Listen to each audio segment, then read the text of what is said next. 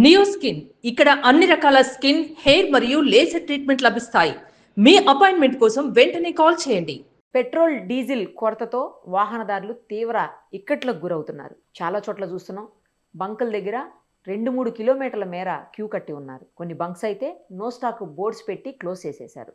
ఈ సిచ్యుయేషన్ కృత్రిమంగా ఏర్పాటు చేసినటువంటి కొరత వల్ల వచ్చిందా, లేదంటే నిజంగానే స్టాక్ లేక ఇబ్బంది ఉందా? వీటన్నింటి మీద మనతో మాట్లాడేందుకు ప్రముఖ మార్కెట్ అనలిస్ట్ ప్రభు గారు లైవ్ కాల్ అందుబాటులో ఉన్నారు. ఒక్కసారి ఆయనతో మాట్లాడదాం. నమస్తే అండి. నమస్తే మేడం. ఏంటండి ఇప్పుడు జరుగుతున్నటువంటి ఏదైతే ఈ పెట్రోల్ డీజిల్ ఇబ్బందులు ఉన్నాయో, ఇది నిజంగానే స్టాక్ లేక ఇబ్బందులా, లేకపోతే కేవలం రేట్లు పెంచుకునేదానికో లేకపోతే ఇంకో దానికో బంకులు వాళ్ళు చేస్తున్నటువంటి కృత్రిమ కొరతగా భావించాల్సినటువంటి అవసరం ఉందా? ఎందుకంటే ఒకవైపు నుంచి కంపెనీ వాళ్ళు హెచ్పిసిఎల్ కావచ్చు, బీపీసీఎల్ కావచ్చు, ఐపీసీఎల్ కావచ్చు, మా దగ్గర ఫుల్ స్టాక్స్ ఉన్నాయి, మేము అన్నీ సప్లై చేస్తున్నామని చెప్తున్నారు. బంకుల ఓనర్స్, డీలర్స్ అసోసియేషన్ వాళ్ళు కూడా ఫుల్ స్టాక్స్ ఉన్నాయని చెప్తున్నారు. మరి ఎందుకు అలాంటప్పుడు బంక్స్ క్లోజ్ అవుతున్నాయి? నో స్టాక్ బోర్డ్స్ ఎందుకు మనకు దర్శనం ఇస్తున్నాయి? ఇది జనరల్ గా ఇలాంటప్పుడు ఇట్లానే చేస్తారు. ఇది కామన్. వ్యాపారం చేసే వాళ్ళు కూడా ఇంకొక రూపాయి వ్యాపారం అంటారా? వ్యాపారం. ఇప్పుడు ఫ్లైట్ టికెట్స్ తీసుకోండి. ఫ్లైట్ టికెట్స్ ఓపెన్ టికెట్ కూడా ఉన్నదానికి 4 times, 5 times, 10 times తీసుకుంటున్నారు.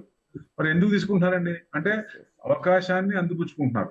రైట్, దీపం మూడంగానే చక్కబెట్టుకుంటున్నారు. సో అట్లా మన అవసరం వాళ్ళకి అవకాశం. That's all. అది కామన్. అది తప్పు కూడా లేదు. సో ఎందుకంటే ఎక్కువ ఎక్స్ట్రీమ్ గా తీసుకోవడం, దట్స్ మెయిన్. ఇప్పుడు యాక్చువల్ గా స్పెషల్ పెట్రోల్ ఒకటే పెరిగింది మన దగ్గర. పెట్రోల్ డీజిల్ పెరగలేదు. సో అవి పెరుగుతాయి అనే ఇండికేషనే ఇది. అనే ఇండికేషనే ఇది. 100% పెంచుతారు ఇప్పుడు. ఎందుకంటే మనం పెరిగినప్పుడు ఏమో పెంచుతాం, తగ్గించినప్పుడు తగ్గియటం ఎక్కడ దాఖలాలు లేవు అస్సలు కొంచెం అయినా. ఇప్పుడు గవర్నమెంట్ అయినా, స్టేట్ గవర్నమెంట్ అయినా తగ్గించిందా, ట్యాక్స్ కట్టించిందా, ట్యాక్స్ ఎక్కడ సమస్యలు ఇంకా పెంచుతారు కానీ తగ్గించేదిలే. Once attained it won't be back. అసలు రావట్లేదు వెనక్కి. మరి అప్పుడు ఓపెక్ పెట్టారు, దాంట్లో క్రూడ్ ఇది చేశారు, దాని ప్రకారంగా ఉన్నప్పుడు ప్రొడక్షన్ కంట్రోల్ చేస్తారు, రేటు పెంచడానికి. ఇవన్నీ కామన్, ఇవన్నీ చేస్తారు. సో మెయిన్ ఇది అతి తొందరలో రేటు పెరుగుతాయి 100%. ఎందుకంటే కొన్ని స్టేట్లు పెంచినాయి, కొన్ని కంట్రీస్ కూడా, పాకిస్తాన్ కూడా పెట్రోల్ రేట్లు పెంచినాయి. అదర్ కంట్రీస్, కొన్ని కంట్రీస్ కి అయితే బోర్డు పెట్టేసినాయి, be ready for roller coaster ride. ఇప్పుడు ఇబ్బందులు ఉంటాయి. ఎందుకు, మన ప్రైమ్ మినిస్టర్ గారే చెప్పారు కదా పార్లమెంట్ లో నిన్న మధ్యాహ్నం. సో రెడీగా ఉండండి, కోవిడ్ లో అందరూ ఎట్లా సపోర్ట్ చేసుకున్నామో ఇప్పుడు కూడా అలానే సపోర్ట్ చేసుకోవాలి అని హింట్ ఇచ్చారంటే అర్థం ఏంటి? కొంచెం టెన్షన్ ఉంటుంది అనేది. ఎందుకంటే మనకి Nanda Devi and Shivalik 2 ships LPG వచ్చినాయి. క్రూడ్ ఆయిల్ బయటకు వచ్చిన దాఖలాలు లేవు, ఇంకా వచ్చినాయి ఎక్కడ డిక్లేర్ చేయలే. సో మన దాదాపుగా 15 నుంచి 20 షిప్లు అక్కడే ఉన్నాయి ఇంకా. సో ఏదో లాంగ్ రూట్ చెప్తామని ఏదో అంటారు కానీ ఎంత మట్టికి వచ్చింది లేదు. మరి నెగోషియేషన్ నడుస్తున్నాయి అన్నారు, ఎంత వరకు అది. సో ఈయనేమో 48 hours పెట్టి దాన్ని 5 days ఇది చేశారు. మళ్ళీ 5 days నుంచి ఇప్పుడు లేటెస్ట్ ఏంటి, 15-point plan. So cease fire, యుద్ధానికి సీజ్ ఫైర్ అన్నట్టు ఒక రకంగా ఇండికేషన్స్ అన్ని వస్తున్నాయి. దీని ప్రకారంగా అన్ని చూస్తే ఇండికేషన్ ఏంటంటే operation of epic fury failure. So Trump ఓడిపోయినట్టే లెక్క ఇక్కడ ఇరాన్ తో. ఎందుకంటే this is the third country, Afghanistan and Vietnam. ఈ 2 కంట్రీస్ లో కూడా యుద్ధాలు జరిగినప్పుడు వెనుదిరిగినప్పుడు అసెట్స్ నాశనం చేశారు యుఎస్. ఇట్లానే ఇక్కడ కూడా ఎప్పుడైతే మిలిటరీ టు మిలిటరీ యుద్ధం అంటే ఎక్కడ ఉండాలంటే మిలిటరీ టు మిలిటరీ ఉండాలి. కానీ మీద ఎందుకు వచ్చారు? ఆయిల్ రిఫ్రాక్టరీస్ మీద ఎందుకు కొట్టారు అంటే ఓడిపోతున్నాం అనే భయం వెన్నుపోసులో వచ్చింది కనుక. సో ఆయన మాట నెగ్గట్లేదు. వీళ్ళు ఏదో 1 రోజులు, 2 రోజులు, 3 రోజులు, ఒక మ్యాక్స్ టు మ్యాక్స్ 1 week అయిపోద్ది అనుకున్నది. వాళ్ళు అంత స్ట్రాంగ్ గా ఉన్నారు, ఎక్కడ తగ్గట్లేదు. ఎంత వరకు అయితే అంతవరకు వెళ్తున్నారు. సో అదొక మెయిన్ ఎక్కడ టర్నింగ్ పాయింట్ ఎక్కడ అంటే ఇజ్రాయెల్ లో US and UK nuclear Israel లో ఉన్నాయి. ఆ ఇజ్రాయెల్ న్యూక్లియర్ మీద ఎప్పుడైతే 4000 kilometers వీళ్ళ మిసైల్ వెళ్ళి అక్కడికి వెళ్ళిందో, వాళ్ళు ఇజ్రాయెల్ వాళ్ళు నాశనం చేశారు, దాన్ని డిస్ట్రాయ్ చేశారు. కానీ అంత దూరం వచ్చేదానికి భయం వేసింది ఇంకా. సో ఏ రకంగానే అటాక్ చేయొచ్చు. అక్కడి నుంచి ఆయన వెనకట్టగేశాడు ఆయన. మార్కెట్ కూడా ఎక్స్టెండెడ్ గెయిన్స్ నిన్నటిది కూడా ఇవాళ పెరుగుతుందంటే ఇంకా 24,800 దాకా పెరిగే ఛాన్స్ ఉంది.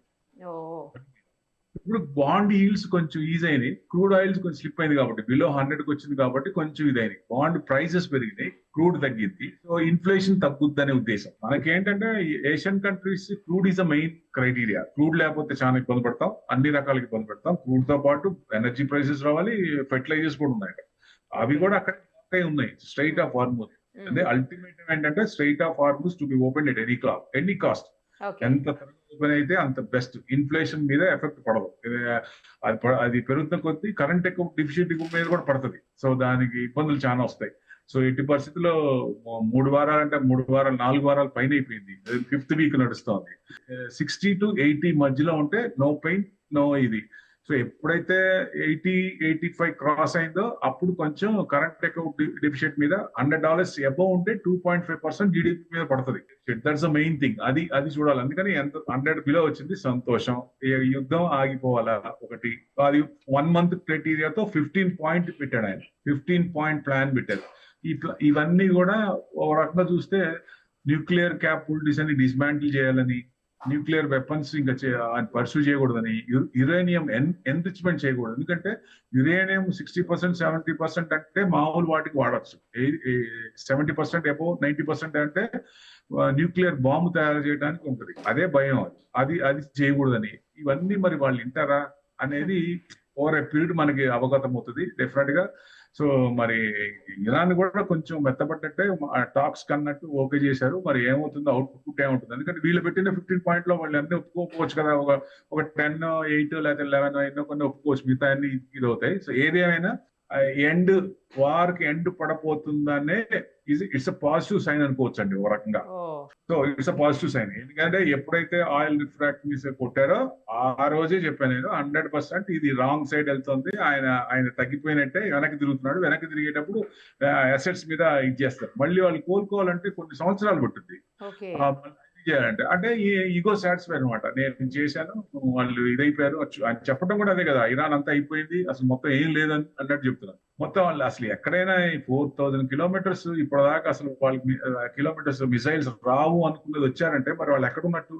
That's the main thing. So ఇవన్నీ ఉన్నాయి కాబట్టి క్రూడ్ కూడా కొంచెం చిన్నగా తగ్గే ఛాన్స్ ఉంటుంది. ఏది స్ట్రైట్ ఆఫ్ హార్మూజ్ ఓపెన్ చేయాలి. చేసిన తర్వాత మేబీ 5 days అన్నారు కాబట్టి మన ఈ వీక్ లో ఫ్రైడేకి అయిపోతుంది 5 days. ఆ ఫ్రైడే మరి ఏం జరుగుతుందో చూడాలి దీనికి అది స్ట్రైట్ ఆఫ్ హార్మూజ్ కి. సో వారికేమో 1 month టైం ఉంది. 1 month లో సెటిల్ అయిపోవచ్చు. అంటే మెత్తబడ్డట్టే 2 సైడ్లు ఇరువైపులా మెత్తబడ్డారు. సో ఇష్యూస్ చిన్నగా నెగిటివ్స్ అన్ని కొంచెం పాజిటివ్ గా మారుతాయి అంటే హోప్స్ కొంచెం కనపడుతున్నాయి. అది మెయిన్. వంట గ్యాస్ కూడా అదే పరిస్థితి ఉంది సార్. వంట గ్యాస్ కూడా చాలా ఇబ్బందులు ఉన్నాయి. చాలా నిల్వలు ఉన్నాయని చెప్పినప్పటికీ కూడా ఇబ్బందులు ఉన్నాయి. డైరెక్ట్ డీలర్సే చెప్తున్నారు ఇంతకు ముందు వచ్చినంత సప్లై రావట్లేదమ్మా అనేసి. అంటే బ్లాక్ లో కూడా 2000 ఉన్నది 6000, 8000 అమ్ముతున్నారు. ఈ హోటల్స్ కానీ వాళ్ళందరూ ఎట్లా ఇప్పుడు పెద్ద హోటల్ అంటే ఆల్టర్నేట్ ఎలక్ట్రిక్ పెట్టుకున్న వాళ్ళు ఓకే, అసలు అది దొరకట్లేదండి. ఎలక్ట్రిక్ మిషన్స్ దొరకట్లేదు. కట్టెలు కూడా రేటు పెరిగాయి సార్. కట్టెలు విపరీతంగా. మన మోడీ గారే చెప్పారు కదా, సిటీస్ లో మీరు గ్యాస్ కొంచెం తగ్గించుకోండి, ప్లస్ కట్టెలు పోయడానికి కష్టం కాబట్టి గ్యాస్ జాగ్రత్తగా వాడండి. ప్లేసెస్ రిమోట్ ప్లేసెస్ లో మటుకు అంటే కట్టెలు పోయి పెట్టుకోవడానికి ఛాన్సెస్ ఉన్నప్పుడు డోంట్ యూజ్ గ్యాస్ అన్నట్టు ఆయన హింట్ ఇచ్చారు కదా. సో అది అనగానే ఇప్పుడు హోటల్స్ లో ఎక్కడ చూసినా ఉన్న ఐటమ్స్ మొత్తం వాళ్ళు కట్ చేసుకొని గ్యాస్ లేదు అని బోర్డు పెట్టేసి కొన్ని ఐటమ్స్ చేస్తున్నారు. అంటే ఇబ్బందులు ఉన్నాయి, చాలా ఇబ్బందులు ఉన్నాయి. షిప్స్ 2 వచ్చినాయి, ఇంకా 2 ఆల్రెడీ పర్మిషన్ అన్నారు. మరి నిన్న అన్నారు, నేను ఇప్పటిదాకా అయితే న్యూస్ అయితే లేదు బయటకు వచ్చినట్టు. సో ఇది ఎంత త్వరగా వస్తే ఎల్పిజి కూడా అంత ఇది. గ్యాస్ కూడా వెహికల్స్ గ్యాస్ కూడా ఎక్కడ చూసినా బారులు తీరున్నాయండి. మన చుట్టుపక్కల హైదరాబాద్ ఎక్కడ చూసినా బారులు తీరున్నాయి. అంటే ఇది క్రియేట్ చేస్తున్నట్టు లెక్క ఒక రకంగా. అంటే రేట్లు పెంచుతారు, కొంచెం ఆగి చేద్దాము పెంచుకుందాం అనే ఉద్దేశం ఉంది కానీ మామూలుగా అయితే అంత మరీ అంత సీరియస్నెస్ ఏం కాదనిపిస్తుంది. సో ఏదేమైనా ఇది పాజిటివ్ న్యూస్ వచ్చినప్పుడు ఇవన్నీ మళ్ళీ సప్రెస్ అయిపోతాయి. Right sir, thank you so much.